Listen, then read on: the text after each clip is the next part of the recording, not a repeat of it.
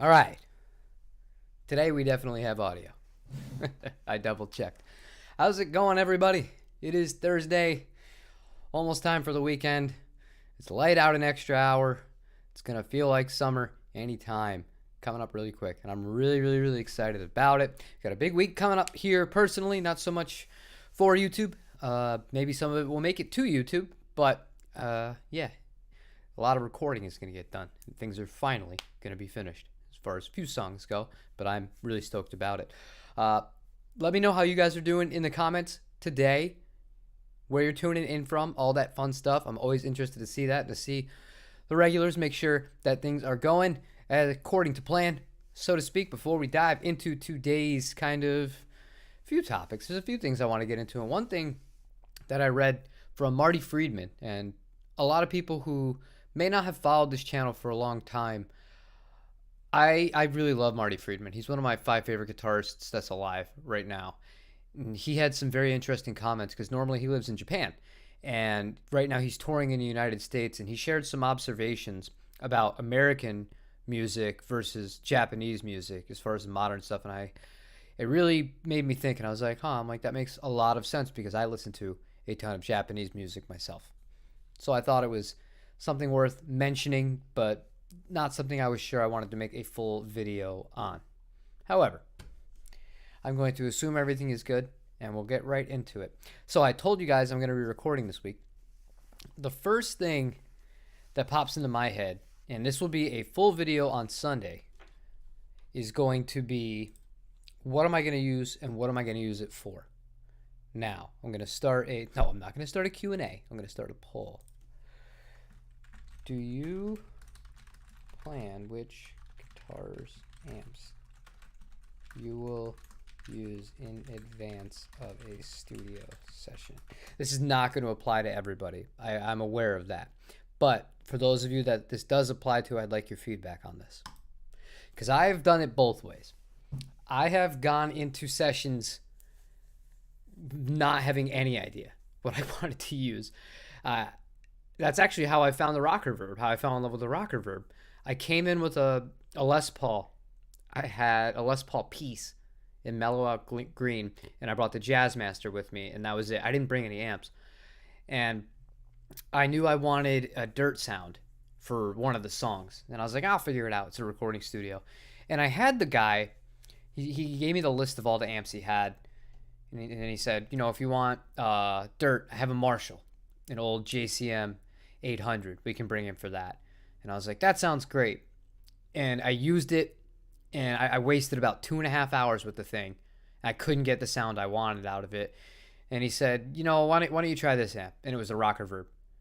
And if I had maybe played one before, it might have been different, but studio time's not cheap. So it was a very valuable lesson for me to really figure out exactly what I wanted. And that's why I'm picky with gear these days, because I know if I do want to get a certain thing, you don't always go into every song like this, and every session is different. Every project that you work on is different. Sometimes it's cool to freeform and experiment, but other times, if you're like dead set, you have a very limited amount of time or money to record, it's almost crucial, I would argue, to have a really good idea of what you want going in.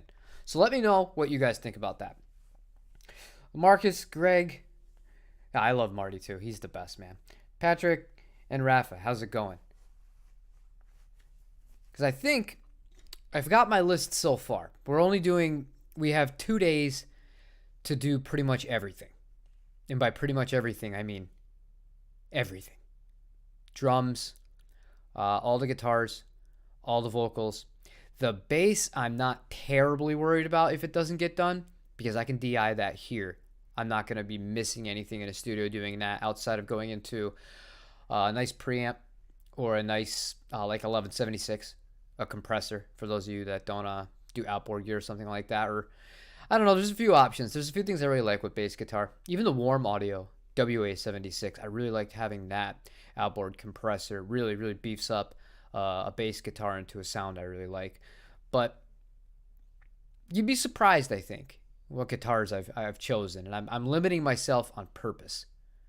because I don't want to have too many options, and I'm trying to nail down exactly what I want for exactly which song. That way I can go in, get it done, know exactly what it is, no fiddling. Maybe I should use a Tele here. Maybe I should use a Strat. Maybe I should use the Jazzmaster.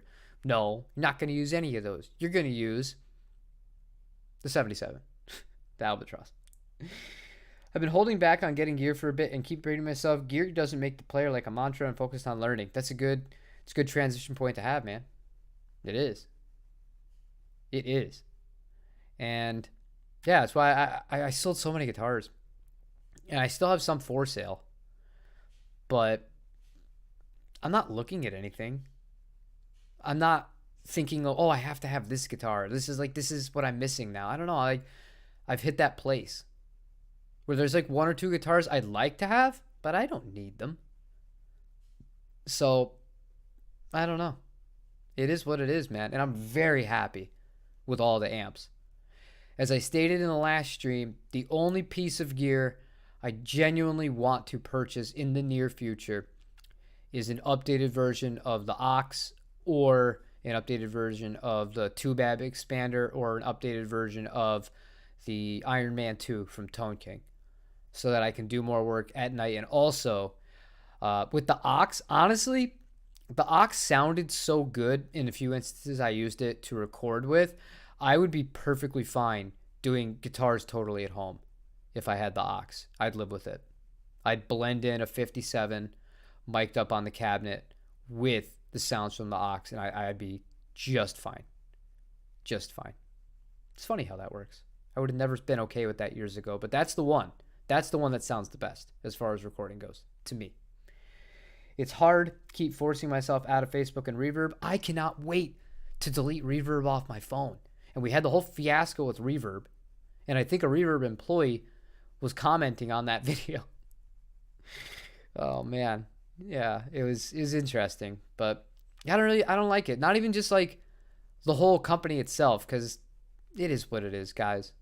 They run the used market and a lot of the new market. You gotta accept it. But if you have everything you need and you're happy with what you have, why even open up the website to begin with? Why have the app on your phone? You're asking for trouble. That's why I just want whatever I have left to sell, and I could just say buy. I'm good. And if I want to sell anything from there on out, I'm going to depend on the 6,000 of you guys, which probably of the 6,000 there's probably 500 active people that watch the videos to sell any guitars that I want to sell from here on out. I don't know. It's just and it's a waste of time on top of that. So you're not only just looking for stuff you don't need out of like boredom, you're just spending time you could be spending doing something else that's more productive. It's tough, man. It's tough. Guitars for sure, but amps I'm open to see which ones would fit in the mix. Yeah. That's a good point. I had a amp that I never thought I would use that made it onto the final tracking of the last record, and that was a jazz chorus. I would have never pinned myself for using a jazz chorus, but there was one part that came up 3 times in the song. It wasn't like anything that carried the song, but it was actually it wasn't even secondary. It was a tertiary part, and it just killed with the jazz chorus. And I was like, yeah, cool, let's do it. But that's why you have to have a good engineer that you have a good relationship with, because I trusted him. Anybody else would have been like, what the hell am I going to use a jazz chorus for? Why don't we just use a pedal and we'll do it afterwards, after the fact? No, it actually worked out really well. So, yeah, amps I'm somewhat more open on. Somewhat.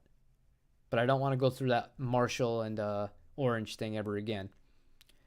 Because that was like, I think it was $60 an hour at that time. So I wasted like $120 screwing with sounds that none of them were ever used or usable for what I wanted to do. And that might not seem like a lot of money, but especially if the studio's a more popular one, you're not always just going to have full access to it. I mean, they have other people booking in, so you don't have like, oh, this is my studio, I'll just give you another $120 in for 2 days or for 2 hours, and they don't even book like that most of the time. You gotta stamp the whole day out. You're talking minimum 8 hours. If you want a full day with load in and load out considered, 10 to 12 hours. And when you're there, you're there. You better be, or you're wasting your money. But man, I miss it. I really miss it. And I'm really, really, really stoked about it. I really am. My wife is totally into it too. Her voice is really strong right now. So this is a really good time to do this. My parents will be here on Saturday evening, and they're gonna take my kid to my mother's sister's house, so my aunt's house, and still in Florida. And they're just gonna hang out there for a few days. They have a pool and all that fun stuff, and yeah, she's on summer break, and then we'll all meet up. We'll go to Busch Gardens and do stuff like that. Have a lot of fun. But yeah, I'm stoked. I'm really stoked. I'm actually gonna try. I'll spoil it. I'm actually gonna try and do these songs without a Fender guitar. Not because I have anything against Fender. I just got the Telecaster, but I'm gonna try not to do it. The 3 guitars that I'm gonna bring with me are the 335, the Gibson, the Albatross, the 77, and the Momose, the Jag.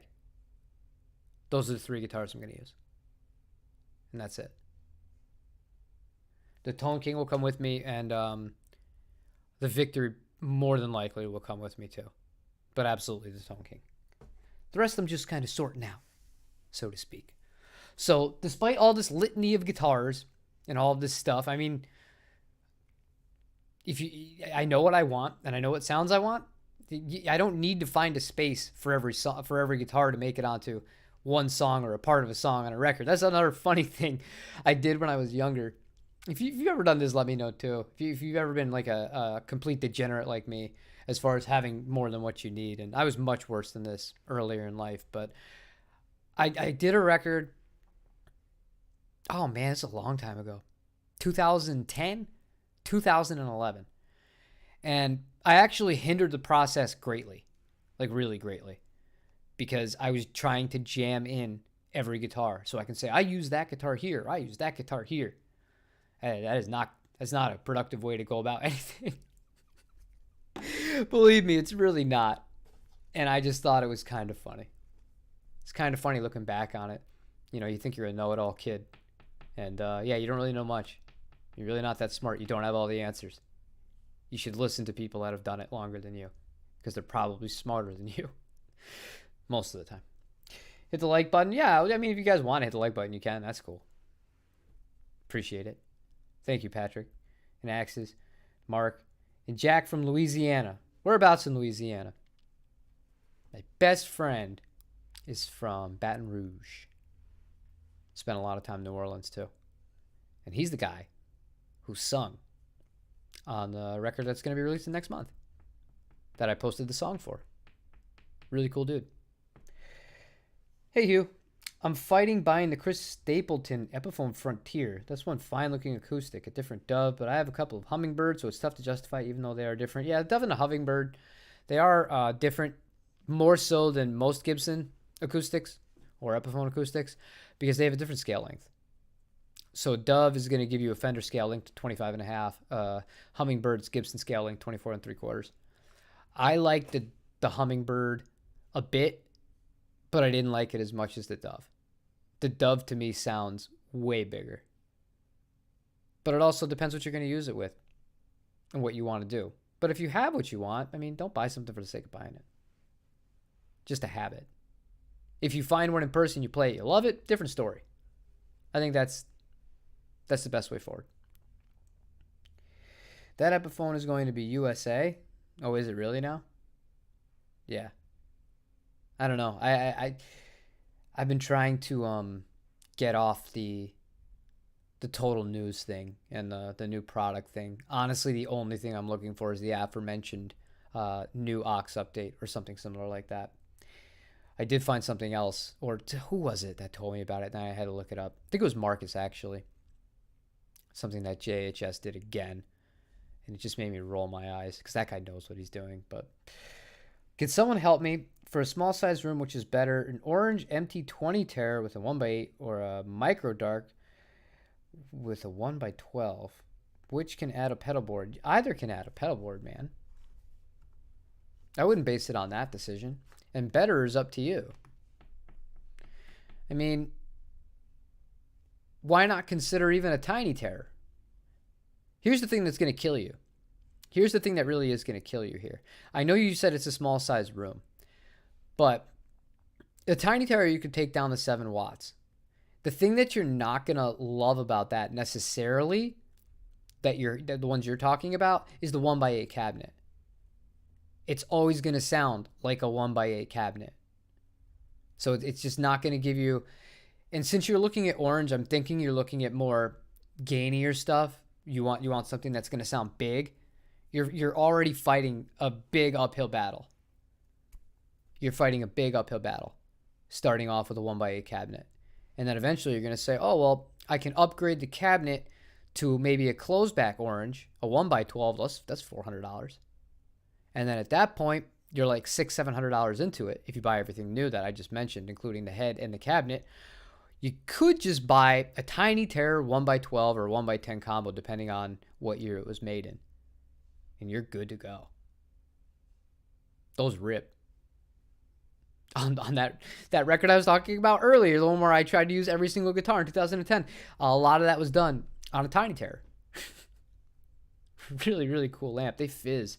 They really fizz. They get into that fuzz territory. It's like such a cool sound that's unique to orange. You got to really like it, but if you do like it, there's nothing like it. It's fantastic. I love it. USA made at Bozeman at $5,000. $5,000. Oof. I think that's what my Dove cost. Yeah, I'm sure it'll be great. But do you need it? Not so sure about that. But only you can decide. It's your money, man. You're an adult. You should not. And this applies to everybody. Don't listen to what YouTubers say. Don't buy don't buy stuff based on what we say and what we say we like. Or I don't know. There's a lot of funny things that I've learned and I've observed and I've formed opinions on since doing this for over 2 years now. I don't know. I don't like making statements as a matter of fact anymore. Outside of the fact that you shouldn't just universally listen to what anybody says on the internet and assume it's going to work the same way for you, or that you're going to feel the same way about that piece of gear or that sound or that amp, whatever it is. That's just not how this works. There is no one size fits all. There is no $300 guitar that is better than every Gibson and every custom shop and every Fender. These things don't exist. Not for a universal solution for everybody. So just try whatever you can in person. Maybe you can get an idea from videos and from forums of what you might like, but buying blind on that, I feel like you're fighting an uphill battle and you're putting yourself behind the 8 ball a little bit. Only 300 made, of course, there's only 300. I'm sick of this crap. I really am. I'm sick of it. Because limited runs used to mean something, but now it's like everything's a limited run. For everything, it's silly, because now it's smart of the companies to do this. I don't fault them because the consumers keep going for it. It's just like the Relic thing. Sure, I don't like the Relic thing. There might be people at Fender that think the builders are like, this is ridiculous that we're getting the charges and they're selling. But at the end of the day, that's what the consumer wants. So they're going to continue churning it out until the consumer says otherwise. These limited edition things, when it comes to pickups, pedals, guitars, they're going to just keep going back to the well. And the reason why is because it sells. It used to be a bigger deal to have limited edition or limited runs. Not so much anymore. It's like every week there's a new limited run. Or every month there's a new pedal that was once $40 forever that all of a sudden is now $600. The pull that guy has, JHS, the pull he has is unfreaking believable. When Marcus told me about that, I could not believe it. And I think it's extra funny to me because the Bad Monkey is a pedal that anybody who's watched YouTube for since the beginning of guitar YouTube, you know what that pedal is. Because one of the best guitarists alive played that pedal all the time, Phil X. So Phil X didn't make that thing go viral or skyrocket in price. But a video from a pedal maker can make it go over 10 times. It just shows like the influencer, because that hype, he really is. He's an influencer at that point. Whether he wants to be or not, that's a fact of the matter. Because when you can say something like that about a $50 pedal and then manipulate the price to go up. Now, I'm not saying he's manipulating it for personal gain. He might be doing it for shits and giggles, but he knows he's doing it. But when you have the power to be able to do it, by definition, you are an influencer at that point. And seeing those pedals, just, it's insane. It's insane. And it's all the time. It makes me just want to buy one of every cheap pedal from every maker and just wait for him to make the video and then sell them the next day as soon as they get popular for whatever reason on Reverb and on YouTube. It's amazing what people will follow and do. Yeah, it's again, it comes back to what I said earlier, man. You shouldn't take anything anybody on this website says as like 100% truth and 100% like going to be what you like. It's foolish on us as creators, because I've done it, and it's foolish on the consumer to believe it, because there is no best. There's just not, unless it's a guitar made by Divisor in Nagano in Japan. Then the odds are not going to be much better than that. I mean, you can't stop it. You got to embrace it. The smartest thing you can do as a consumer is, if you see something like what happened with the Bad Monkey and you're in the market for a pedal like that, just don't buy it. Buy something else that's also in the same price range that hasn't been mentioned yet, that's of a similar style of pedal, and odds are you're still going to get right there with the sounds anyways. The biggest difference you're going to get, the most important thing to your tone, outside of these guys and this guy right here and your knowledge going in to make these guys do the work and the technique, is your amp. Your amp's more important. I would say it goes technique, hands, application of theory, whether you have it or not. Sometimes people say, oh, well, I don't know any theory, and Stevie Ray Vaughan didn't know any theory, and yada, yada, yada. Yeah, but you know what the thing is? Somebody like Stevie Ray Vaughan, maybe he didn't know the theory by name, but he could tell you, he could show you where every note was on the fretboard, even if you didn't know how they related to each other. Or even, there's a lot of players like that. They still know they know the instrument inside and out. It's not like they just picked it up and just knew everything off the top of their head. They put in the time to learn it. Maybe they didn't learn the names for it, but they learned it in a way that they were able to make use of their knowledge and the emotion. Because so many people that are really talented that don't know theory, they find those tension chords. They find those ways of having dissonance and all these other little things that make sounds and songs great. They find it naturally just by memorizing where notes are on the fretboard and then messing around and finding the intervals that create those. There's not much to it.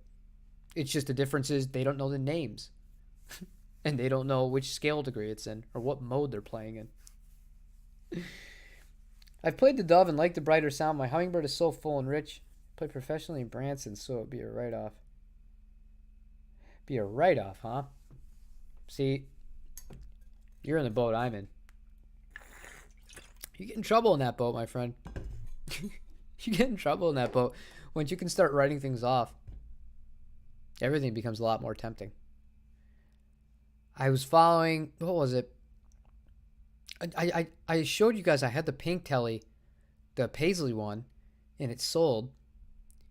And I'm not following any or watching any other ones, but I got an offer from a shop in Miami on a brand new custom shop with no relicking on it. And I'm like, I could write that off. I'm like, I could write that off. And I'm like, no, what am I doing? I'm like, again, it comes back to what Raph was talking about earlier. But now it's even worse on Reverb because of that, because they could just send you. They could just send you more crap. So I'm tired of it.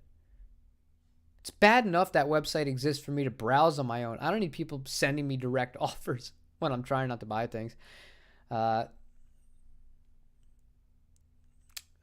Jim, ever get tired of spending so much money on music equipment? Yeah, I do. That's why a lot of it, The funny thing is, it always looks like things are being added and added and added. People don't take into consideration the amount of stuff that's been sold. It's crazy. Okay, so for example here, the green Telecaster comes in and the Gibson comes in. All right? The PRS went. It was almost a straight swap money-wise. Think about that for a second. So the purple PRS left, those two guitars came in. And I sold, I think I sold $14,000 to $15,000 worth of stuff in that span. When I said, I was just like, I don't need all this.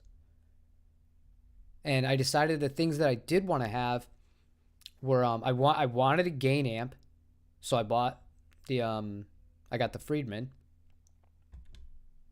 And, whatever. I have no interest in buying pedals. As I stated earlier in the stream, like, there's two guitars I would like one day, but I'm not looking for them. Like, I don't care. Like, I have what I need. I just need a way to record at night. It doesn't sound like shit. Because I tried the Neuro plugins again, and God bless you if you like those things. God bless you. And I actually think the Soldano one, the Soldano plugin that Neuro makes is really good. But the clean ones, like the Tone King or the Corey Wong, I can't do it. I can't do it at all. It just sounds wrong to my ears. And I don't get any reaction from my fingers, and I got headphones on. It's just, nah. Not my thing. Again, God bless you all if you like that stuff. But I'm honest with myself, and I'm not just going to try and make something, force something to work for me that doesn't. So, funny how every guitar for sale on Reavers was the best guitars the seller's ever played, yet it's still for sale. Oh, that's always how it is, man. That's always how it is. I'm thinning the herd. This is the greatest Telecaster I've ever played. I'm never going to buy a better one than this one. Never. But I'll sell it to you. Even though you could buy a new one of the same version for like $50 more if you call the right shop. At this price. You're never going to see a deal like this again. It is what it is. There's only one guitar I kind of said that about. But I didn't even say it was the best. I think I just said, like, I know I'm going to regret this. And that was my black double-bound Telecaster, which was never seen on this channel. It was sold. I sold it during COVID at the very beginning when we weren't allowed to work anymore. And I needed to make sure that we were going to be able to pay all of the bills for everything because we were deep in at that point. The savings was gone. There was no help on the way as of then. So I sold that guitar. I don't regret selling it because I did what needed to be done. But I wish I didn't have to. It is what it is. You and your wife are a good music artist. Like your playing style too. Thank you, man. And hopefully, we're recording this upcoming week. This is only going to be, we're going in very realistic. We're going to get 3 songs like properly done.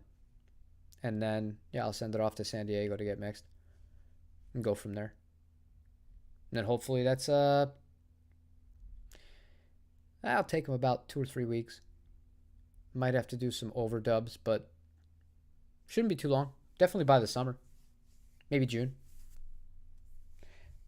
Hope you guys enjoy it. Hey, I want to sell my Orville Photo Flame Les Paul. What would you recommend? Phil, I can't remember. Phil, are you in Canada? Or are you in the USA? A really good place if you want to sell one of those guitars is actually the My Les Paul forum. Believe it or not. If you go to the My Les Paul forum, click on other single cuts, and then the classified ads, it's all Japanese guitars. There's a big market for those there. And all things Japanese made, obviously, because it's for Japanese guitars. Really cool resource. Always your best if you're selling, Brian. Yeah.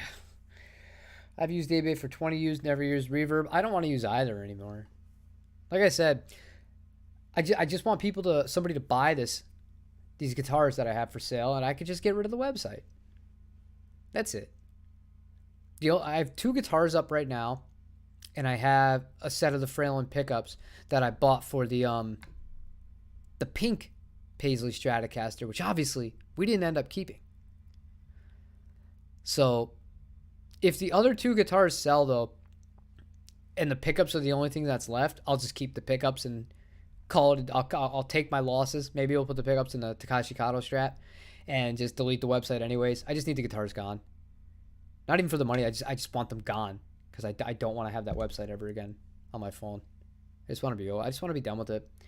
And yeah, it goes back to what Elephant Test just said. But it's not even about just spending money. It's about just like wasting time. Because it's a waste of time. To me. I mean, if you're somebody who doesn't have anything, like, and you're starting from scratch, like, if you wanted to build like a project studio, or you wanted to build whatever, or if you got booked to do maybe a small little tour or something like that, and like you needed stuff, sure, I get it. But most of us have more than what we already need or will ever need. And I've just kind of found that peace. And I've been putting that money in other things, some of which we got into a long discussion about in the Discord. It's a lot more serious. But, yeah, that's life, man. I don't know what it is, but people are overpaying for stuff. I sold things for way more than I expected. I don't know. I find it really depends what you're selling right now. There are certain things in the market that will not sell. And just a heads up to all you guys. I know that there was a lot of hype for people who wanted those PRS SEs, the DGTs and the McCartys. Do you want to know how much they sell for in mint condition? Because they're already popping up at Dave's Guitar Shop. $650. So do yourself a favor and just wait. Keep reloading the site every day. If you want one of those, $650 will get you a McCarty. Well, no, not a McCarty. A McCarty 594 or a DGT in SE version instead of 1,000. So keep that in mind. I did see that and I got to laugh. It will never be as exciting as when you first started out. I disagree. And here's why I disagree. I'll lay it out here like this, all right? If you're playing if you're playing for yourself, right? Say you're just sitting around, you're writing songs, you're playing songs, you're learning songs, and you're doing guitar just for yourself, right? And you're not interacting with other musicians. There's a much higher chance that what you said ends up being true. I do believe that. You might get sparks here and there. Like you might see somebody play where something clicks in your head and you're like, I got to learn that. Or something clicks in your head like, oh, I understand how that works now. And you might overcome a barrier, so to speak, for your own personal abilities and all that kind of stuff. But as far as the fun aspect of this goes, I disagree with it. And the reason why I disagree with it is if you find somebody new to play with, you can feel like a child, like even better than a child again. And here's why. When I first started playing with my wife, I was in 2 bands at the time, and I didn't plan on any of this. And we just started playing, but it didn't feel like work. It felt like I just met somebody that was like a total blank canvas for me to start with and do everything with. And then creating these like very rough ideas of songs that she had begun on the ukulele but didn't know a ton of theory, and like making all that kind of, dude, that's some of the most fun I've ever had playing guitar. Even before we recorded anything, before we went out and played our first shows, honest to God, that made me feel happier than when I was a kid and first starting out. And the reason for that was I knew what I was doing at that point. So I got to meet somebody that really inspired me. And then on top of that, I get to explore all these other genres, but I have the wherewithal in my head of where to go to get the kind of sounds that I wanted to get, and a general idea of how I wanted to play the stuff. And it made me feel just like a kid again. And that joy, that can happen at any point in your life It really can. It happened for me then. And that was in my, oh my God, early 30s. I didn't think I was going to get a feeling like that again. You never know. If you're just say you're somebody that's older and you're older than I am and you're playing out at bars and stuff like that, you have a gig where you see this happen all the time. The drummer can't show up, or the drummer didn't make it, or the bassist didn't make it, or somebody else that you know some of the stuff with that you've seen, maybe they need somebody to step in on guitar. All of a sudden, you find yourself in fresh environment. It goes well, and maybe you start something new from there. Or you meet somebody after. They're like, oh, I really like the way that you played your set. Like, I jam too. I think maybe we could write some cool songs. You don't know. And you don't know until you put yourself out there enough. Because that's the thing. In order to get all this stuff, and this is one thing Rafa is 100% living proof of when it comes to this. You don't get to do any of this stuff or find any of these people or have any of these experiences if you don't get off your butt and leave your house and put yourself out there and go play your guitar or go see other people play guitars and meet other musicians. Because as cool and nice as it is here for us to sit, because this is cool. I mean, I've literally done this every week for I don't even know how many weeks at this point. I love doing this, but it's not the same. If you're going to ask me point blank, what would I rather do? Go out and meet a person in real life in an environment that is for live music that I could potentially connect with and end up writing with or having become part of a band or something like that, or just to hang out and talk to people about, gear and stuff like that. I'm taking the first option, and it's not close. It's nothing personal. That's just me. So while I understand the sentiment of what you're getting at, I disagree with it for those reasons. Sorry, that was long. Oh, if you're referring to gear acquisition, I disagree with that too, because you figure out what you like. The problem is, though, once you figure out what you like and you have what you like, you got to get out. You got to stop. Otherwise, it becomes an endless pit of just suffering. It is. It's an endless pit of suffering and gear chasing and all this crap. And obviously, you guys have watched me on my journey. It's so weird to think about this. It really is. It's so weird. Oh, you see, it made my skin itch to think about it. But the reality is, people that have watched me on YouTube for a while, you've seen me kind of grow in that sense of really, really figuring out what I like and trying all these other brands that I wouldn't probably have tried if I wasn't doing a YouTube channel, quite frankly. And it's weird knowing that all of that's out there and there's a timetable and you can see things starting to form and just, But now I know what I like. I like Fender guitars with rosewood boards and an oval C from the 60s. And I like Gibson guitars with a rounded C neck. Outside of that, I like the Visor and Momose in 77. And I have everything I need. I don't need anything else. Now, if somebody wanted to trade me, now this won't happen because it's a shop.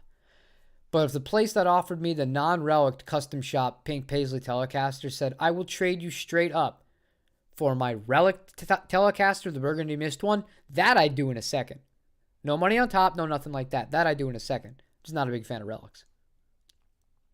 But other than that, no, I don't care. I'm happy. I'm great. All right. I have 4 guitars. I missed a few things. Let me scroll up here because that was a long tangent. I didn't expect to go on such a long tangent. That's how you can tell I'm passionate about something. When I stop looking at the chat and I monologue.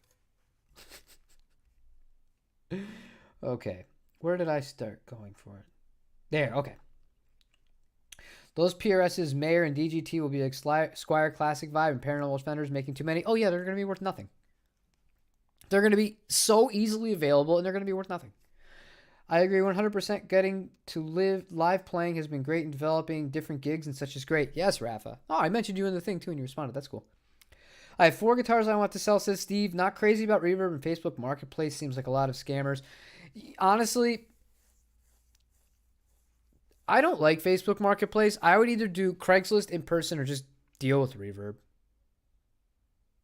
If you only have 4 too and you don't plan on selling anymore, just eat it. Get it done and then get to playing your other stuff that you don't want to sell. I've been solo or duo for decades, don't get me wrong. Bands are fun when it's good, but this is much less drama. Yes, we're a duo. We're a duo and we have been a duo since we started, outside of a few very, very random circumstances. And then whenever we need drums on a record, I do. Or the bass on a record. Or the piano on a record. And it's just kind of worked out that way. And I'm not stellar at any of those things, but I'm competent enough to play the tunes that we play and make it work. And it's fun because it is a headache. It's a little worse. Oh man, band fights. Now here's your real question, Greg. You ever been in a band fight when you're in a van? And you know what I mean when I say that, right? That's something that I don't wish that on anybody. You're on like night 30. Night 30, night 40, night 50, or whatever it is. If you're that lucky to be going that long. And all of a sudden you're just in the van. One person says one thing and you've been waiting for a reason. You've been waiting for a reason to start a fight. Or they've been waiting for a reason to start a fight. Jesus. I don't miss that. Nope. Don't miss that at all. So solo or duo, definitely. They're nice, but there's nothing like playing with a full band. Playing with a full band, yeah, it's a headache. There's a lot of logistical things, a lot of egos at times, a lot of working parts, a lot of scheduling that needs to go on, especially the older you get, the tougher it is to get everybody in the same room and everybody to have the same amount of energy. But when it comes off, it's the best, and it always will be to me. Hey, Lee, how's it going? Okay, here you go. I'm thinking of eBay, OfferUp, not familiar with OfferUp. Yeah, I mean, any number of these things will work. But if you really want it to move fast, Reverb's the fastest place. If you price it realistically, as we've demonstrated many times on this stream, there's a lot of things that are not realistically priced. I'm sorry, I'm just playing with the silver dollar. Really fidgety today. But yeah, Reverb is the best place to move things in a timely fashion if you price it well. Just because there's the most eyes on it.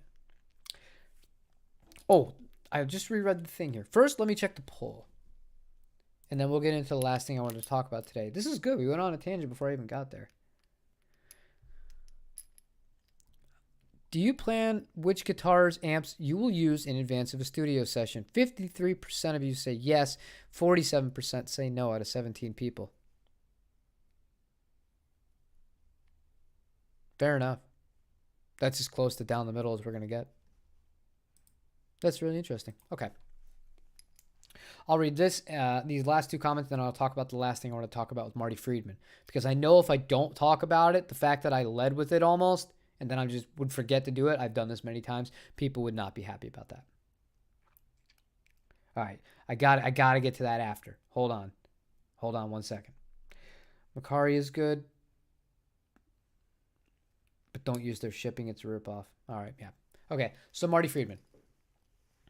Marty Friedman has been on tour here in the United States. If you're not familiar with his situation, he's been living in Japan for quite some time right now. And I'm not ignoring you. I will come back to what you just typed. But I want to get this out before I forget to do it because I just mentioned it. He's been in America now for a little bit. And he made a post talking about his observations with American mainstream music versus Japanese mainstream music. And I thought a lot of them were very interesting. And the main thing he talked about was American music. He actually praised the arrangements, the performances, all that. For the most part, he's like, it's pretty well done. But the thing that stuck out to him was in Japan, Heta-Uma, which would be, to my understanding of what he was, the application he was using it in, the amount of tuning that goes onto vocals in America, every note is perfect. Every little thing is perfect. Whereas in Japan, Heta-Uma, it's sometimes embraced when somebody doesn't have a completely perfect voice. And it almost creates like somebody for you to rally around, like as the crowd, like you want to root for them. And it's really interesting. And it's not to say that the singers there don't have talent, because obviously, if the people in America, and I've seen these sessions for many, many, many occasions in Southern California, where people you think can sing that have made lots of money doing this are not very good. They're not very good. And it's the computer doing 90% of the lifting. It's not like that. But what they do is they take out the egregious stuff in Japan with the tuning still, but they leave in those things that make it human. And he says that also applies to everything else as far as the other instruments in the songs. Like there's not as much quantization. There's not as much perfection in every single guitar part. And quantization is basically just going to be, your timing is going to be totally on point with the drums and stuff like that. And just making sure everything just like totally sits like a perfect robotic product.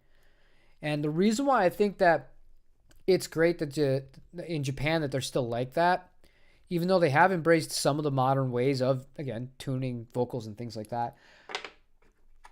With how intelligent AI is becoming, AI can already make everything. AI can make songs. AI can make everything. But you know what? It can't recreate the human element. So embracing the human element, embracing the imperfections, that's what makes art beautiful. Like when something's too perfect, it turns me off. It doesn't matter what it is. I like having that. And I hadn't thought of it like that before. But when Marty made that post, it really made me think. I was like, yeah, that's kind of true. Because I listen to tons of Japanese music. And some of my even bands that I started, like your entry-level bands from Japan, like Asian Kung Fu Generation. He doesn't have a particularly amazing voice as a singer. He's not somebody that you look at and you're like, I want to sing like him necessarily as like a professional, but his voice is perfect for that style of rock. It's just perfect. No reason to tune it. No reason to throw in all this extra crap. It just works for the band. And they embrace it. Whereas here, I feel like it would just be tuned like crazy. Like if you heard Weezer or Blink-182 or any of these, like I'm talking big bands, like it's so tuned it almost makes me like, makes my skin crawl. Not a fan. Okay. So let me know what you think about that. Do you prefer music that has more of a human element to it? Just a little bit. Or are you somebody where like everything has to be perfect? Because I know people on both ends of this spectrum, especially doing work in California. Like the majority of people, they want things perfect. Like they want things absolutely perfect. So that's why so many session musicians make a great living. Because if the actual person in the band can't nail it 100%, the studio musician, the session musician, he'll get it done for you. Okay. Of course they record to a click. They definitely record to a click. Okay, Jim, this is where I disagree with you. The first guitar pedal is always the most exciting. It is new. Yes, it is nice to get into better equipment, but it doesn't really... saying dopamine response? Maybe.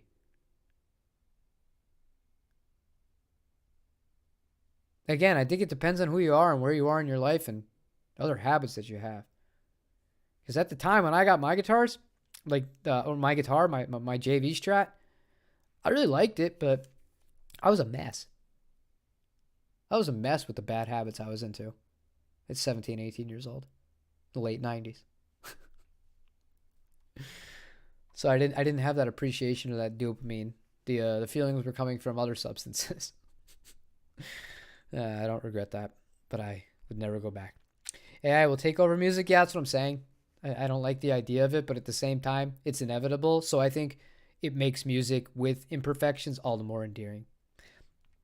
Okay. I absolutely not planning in advance. People on level with my experience don't need to plan a thing because I don't do studio sessions. I can't even play the guitar. You had me in the first half. There you go. I think you're right that we'll see more desire for imperfect, lo-fi, and acoustic music in the near future. I think so too, man. I think so too.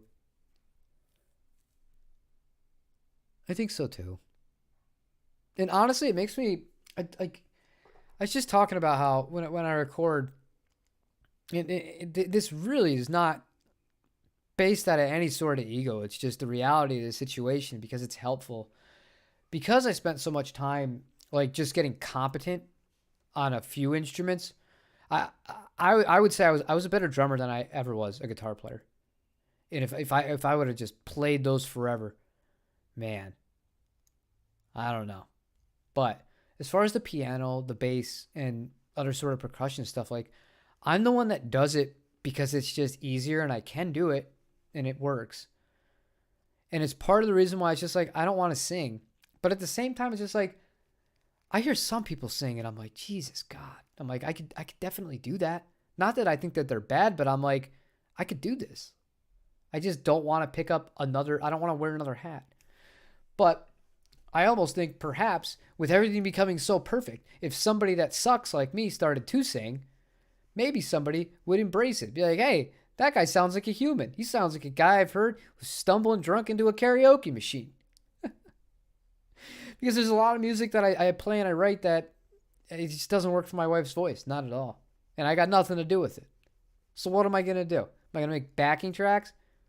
Or am I going to let somebody else come on in and then have them kind of do whatever they want on top of the song? This is weird. So this is something I've been thinking about last week or two. We'll see. Does reverb require social? I don't think so. Steve A. I'm not touching this one with 10-foot pole. I just joined in, but did you already mention the Japanese concept of wabi-sabi? Not in this stream, I haven't. But I have before. Sometimes I like perfection, and sometimes I like a more natural sound. Depends on my mood. Yeah, I mean, everything's relative to that.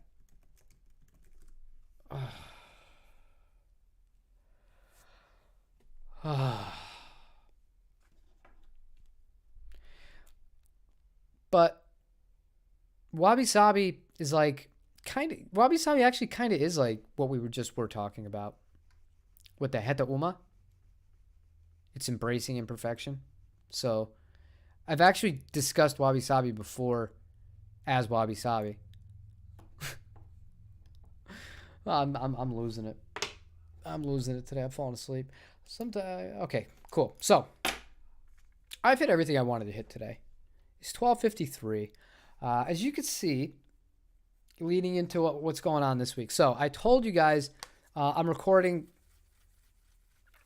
first 3 days next week, which means I'm probably not going to upload videos unless they're really short or something I find interesting. I don't think I'm going to bring the camera with me, or I'm going to record anything that we're working on.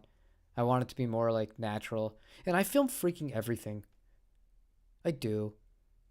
That's one thing about being a YouTuber. It's like, oh, it's content. It's content. Sometimes you just got to do shit for yourself, too. You know? Or it's the Truman Show. It's the Truman Show. I don't want to be the Truman Show. Not all the time. But anyway, tomorrow, I mic'd up the Friedman before we got started today. I did 2 335s, the 77 and the Gibson.